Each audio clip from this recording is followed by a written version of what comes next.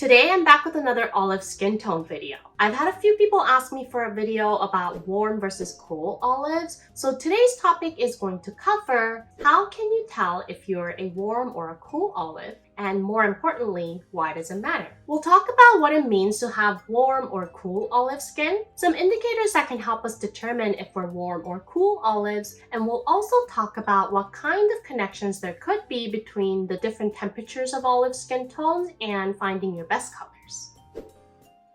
Okay, so to quickly recap on what it means to have olive skin from a visual perspective, olive skins have a distinct green hue. And this green hue is a result of there being both yellow and blue tones showing through in our skin tone, because yellow mixed with blue creates green. So from a temperature perspective, olive skin tones are similar to neutral skin tones in that we can't be extremely warm or extremely cool, because what differentiates warm from cool when we're talking about skin tone is the amount of yellow versus the amount of blue that's present. And since olive skin tones have both, we're always going to fall closer to the middle of the spectrum. But even in this middle range, we can still have warm or cool green tones, right? And it's generally easier to differentiate a warm green from a cooler green when we're just looking at colors. But when it comes to skin tone, it gets a lot more tricky. First, let me explain the effects of yellow showing through in the skin tone. If we're comparing the two colors between yellow and blue, blue is a lot more pigmented and darker than yellow. So if we were to mix yellow and blue paint to create a green color, even if we were trying to create a cooler shade of green, we'd still need to use a lot more yellow than blue. So olive skins, regardless of whether you're a warm or a cool olive,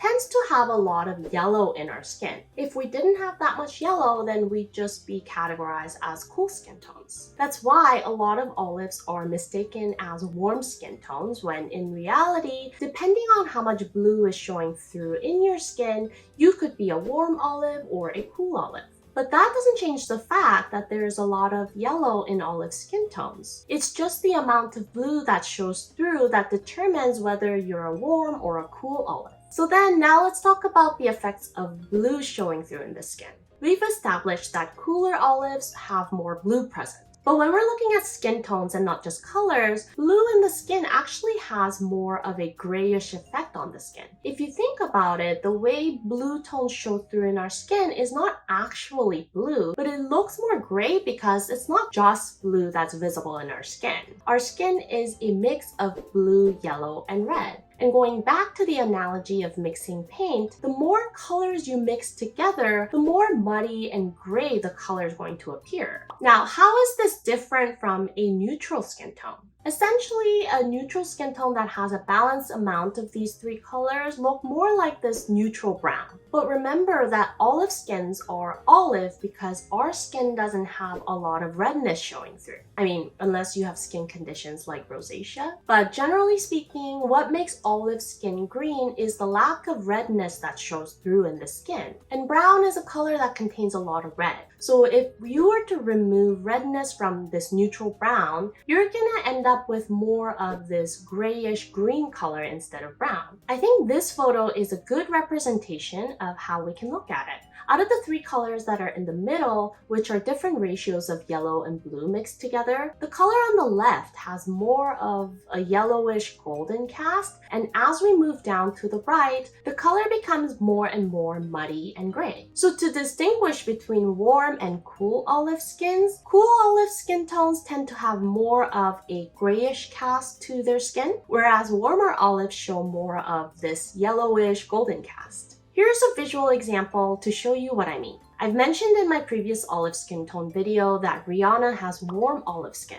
And here's Zoe Saldana, who I think has cool olive skin. Now, when you look at these photos individually, they can both look kind of warm because of the amount of yellow that I explained earlier. But if you look at this photo with the two of them in the same lighting, focus on their shoulders and arm area and you'll see how Zoe's skin tone has more of that grayish green cast than Rihanna. I'll be honest with you, this is quite tricky to tell in skin tones. I mean, no wonder why there's not enough videos talking about this topic, because the differences are subtle and it can really get confusing. Think about it this way. Neutral skin tones fall in the middle range of the temperature spectrum, but technically a skin tone will always lean more heavily towards warm or cool. But is it easy to distinguish between warm and cool amongst neutral skin tones? It's not, and that's precisely why we group them all together and call them neutral.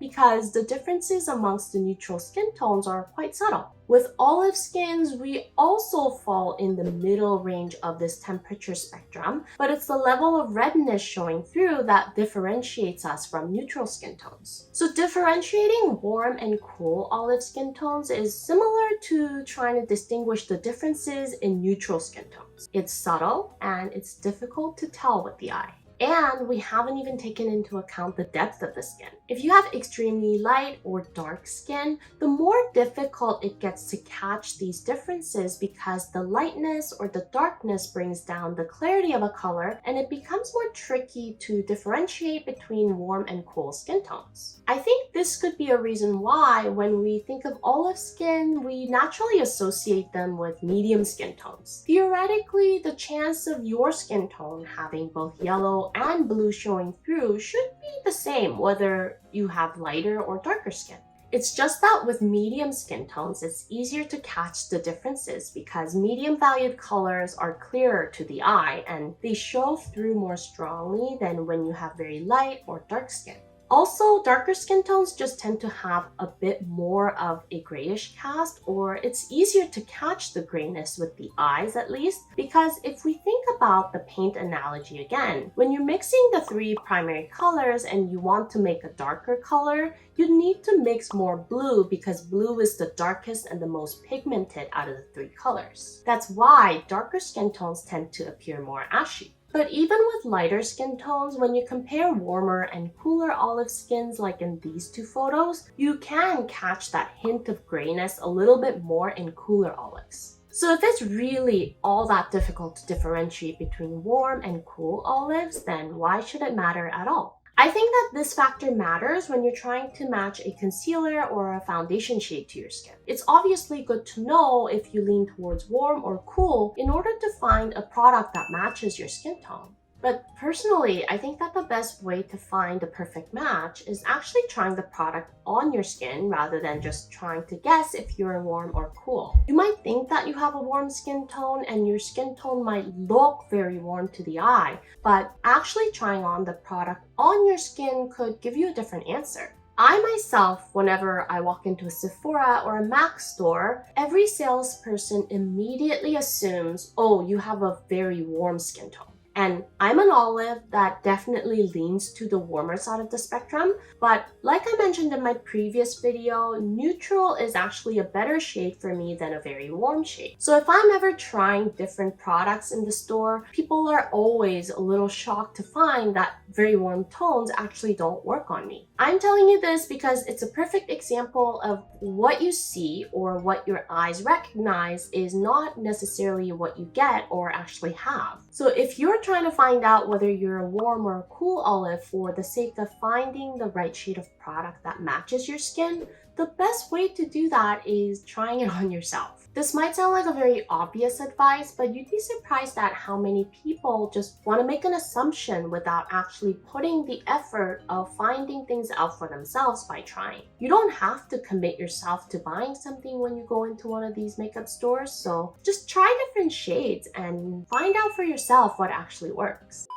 Okay, so here's where I think knowing whether you're a warm or a cool olive can come in handy. And it's related to how gray the skin can appear with a higher amount of blue showing in your skin. In my color series, I talked about the importance of the relationship between the three characteristics of color and your skin tone. How your skin tone reacts to these characteristics, and understanding which characteristic brings out the most unwanted tones in your skin will help you find the colors that you should be avoiding. Now, remember I said that cooler olives tend to show more of a grayish cast to their skin because of the higher amounts of blue showing through, right? And for these skin tones, wearing colors that contain a lot of gray can actually bring out and amplify the grayness in the skin even more. If we look at Eva Mendes, she also has olive skin, but again, compared to Rihanna, she doesn't have much warmth in her skin. What that means is that from a warm versus cool perspective, Ava's skin tone is on the cooler side, and therefore she has more of that grayish cast to her skin tone. And if we look at the different characteristics of color against Ava's skin tone, what matters the most for her is the clarity of a color. She can wear warm or cool colors well, and she can wear pastels or darker colors like these really well too. But when she wears colors with a lot of gray, it starts to really bring out the gray cast in her skin and makes her look really sickly and lifeless. And that's why bright colors look really great on Ava, because these are the purest colors that have the highest level of clarity, and her skin needs that high level of clarity in order to offset or subdue the unflattering grayness in her skin.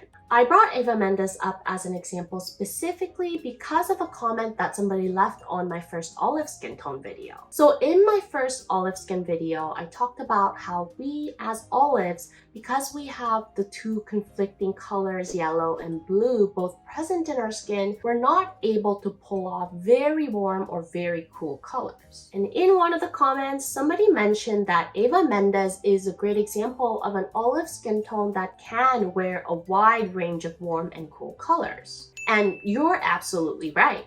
She can wear such a wide spectrum of colors between warm and cool. But if we look closely, Ava's skin tone actually leans quite close to neutral, meaning that red tones are showing through in her skin quite a bit. So in comparison to Rihanna, Ava's skin tone is cooler, which means she has more blue showing through and therefore the grayish cast in her skin. But also she has more redness showing through that makes her skin tone closer to neutral, which I think explains why she can pull off such a wide range of warm to cool colors. But still, any colors containing gray just doesn't work for her because she still has that grayness in her skin that gets amplified when she wears low clarity colors. Now, if you have watched my first seasonal colors video, you might be scratching your head a little bit at this point because in that video, I also used Rihanna as an example of a skin tone that is the most sensitive to the clarity of a color.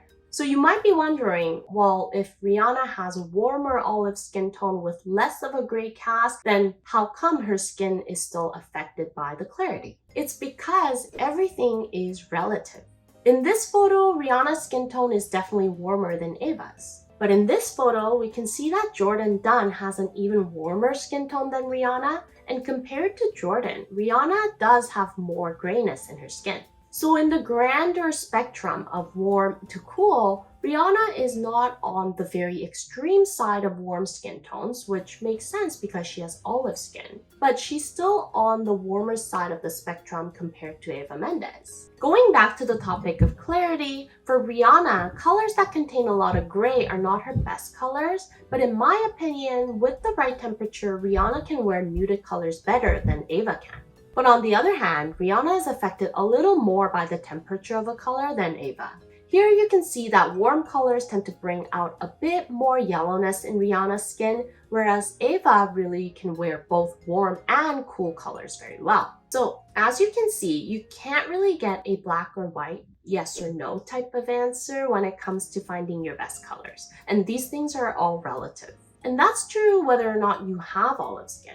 Even if you don't have olive skin, like I explained in my color series, we have to look at all three characteristics of color to understand how our skin tone reacts to each of them and what the most important factor for our skin is. So knowing whether you're a warm or a cool olive is helpful for 1, finding the right shade of product for your skin, and 2, determining the level of grayness showing in your skin so that you can understand how your skin tone reacts to the clarity of a color. But like I showed you with Rihanna and Ava Mendes as examples, everything is relative, and having a warmer olive skin tone doesn't automatically translate to you looking great in muted colors. There's also so many other factors like the depth of your skin, the thickness of your skin condition, etc., that have an impact on how our skin tone reacts to the different characteristics of color. And clarity is just one characteristic, so we have to look at everything holistically. So you can use this knowledge as an indicator that could steer you towards asking the right questions. But again, there's no simple black or white answer of